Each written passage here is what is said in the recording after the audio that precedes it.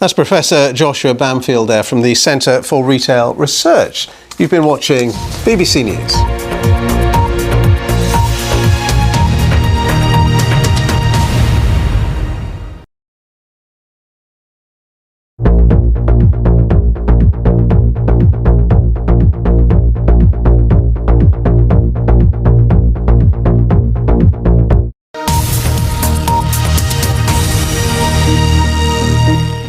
Now on BBC World News, the biggest African and international news stories. Focus on Africa. This is Focus on Africa. I'm Lukwesa, Burak. Our top stories. 10 people are now known to have died in the New Year's Eve crush in Kampala. Ugandan police say 3 of the 4 exits at the venue were locked. So, as a result, several victims were trapped, others trampled upon through the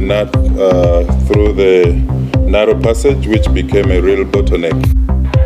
Clashes between security forces and anti-government protesters in the self-declared Republic of Somaliland for a week now.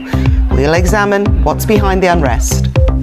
Also in the programme, the body of the former Pope Benedict XVI lies in state at the Vatican. Thousands have been paying their respects to Benedict ahead of his funeral on Thursday.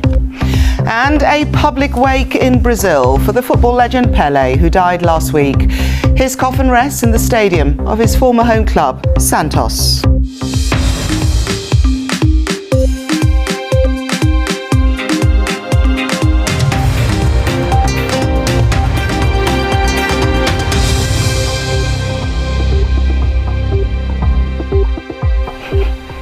Hello and welcome to Focus on Africa, coming to you from BBC World News. A very happy new year to you. Police in Uganda say they've arrested the event organiser of the concert in which people died on New Year's night. Police are carrying out investigations into the fatal stampede at the Freedom City Mall along Kampala and Entebbe Highway. The death toll from the stampede has now risen to 10. The BBC's Patience Atuhare is outside the mall in Kampala. And that was Patience Atuhare there in Kampala. Now, at least 20 people have been killed in the self-declared Republic of Somaliland following several days of clashes between anti-government protesters and security forces.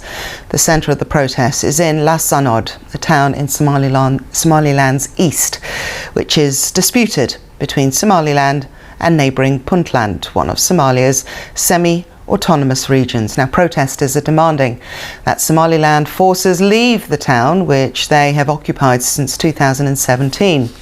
Somaliland broke away from the rest of Somalia in 1991, but so far has failed to gain international recognition. Well, I'm joined now by Abdullahi Abdi Sheikh, who is the Regional Director of Horn Gateway Research Centre. This is a think tank that is based in Nairobi.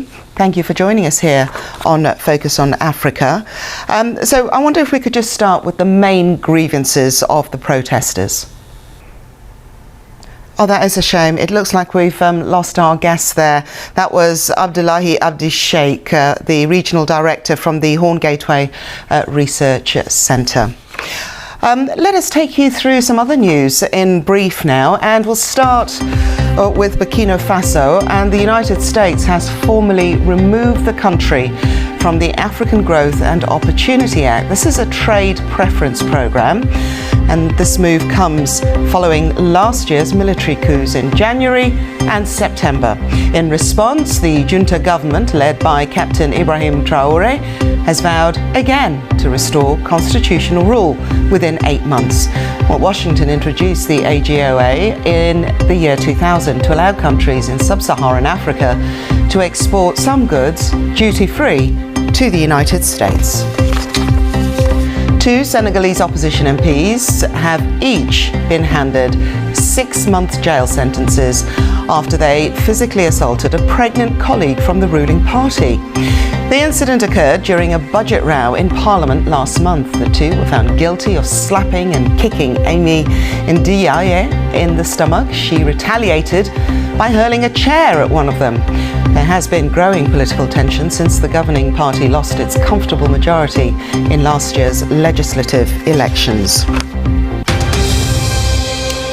Now, thousands of people have begun paying their respects to the former Pope Benedict XVI as he lies in state in St. Peter's Basilica in Vatican City. He died on New Year's Eve at the age of 95, almost a decade after he stood down due to ill health. Pope Francis will preside over Thursday's funeral, the first time a pope will be buried by his successor. Archbishop Anthony Muheria, I do hope the funeral passes peacefully on Thursday. Thank you very much for your time. Thank you too. God bless you. Well, still to come on the programme, the first of the New Year's sporting news here on Focus on Africa, and a losing return to Australia for Novak Djokovic at the Adelaide International. More coming up shortly.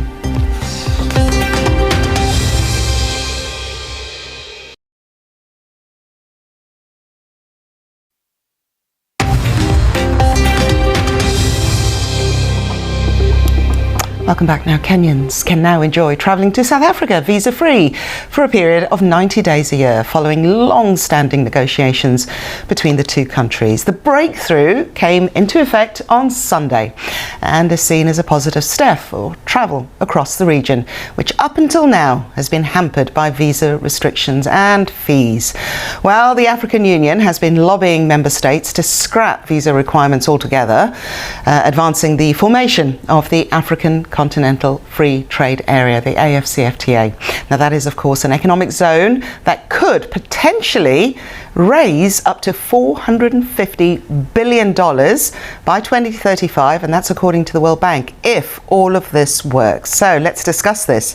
Joining me now is the BBC's Ian Wafula, who's been exploring what it's been like to travel across the continent.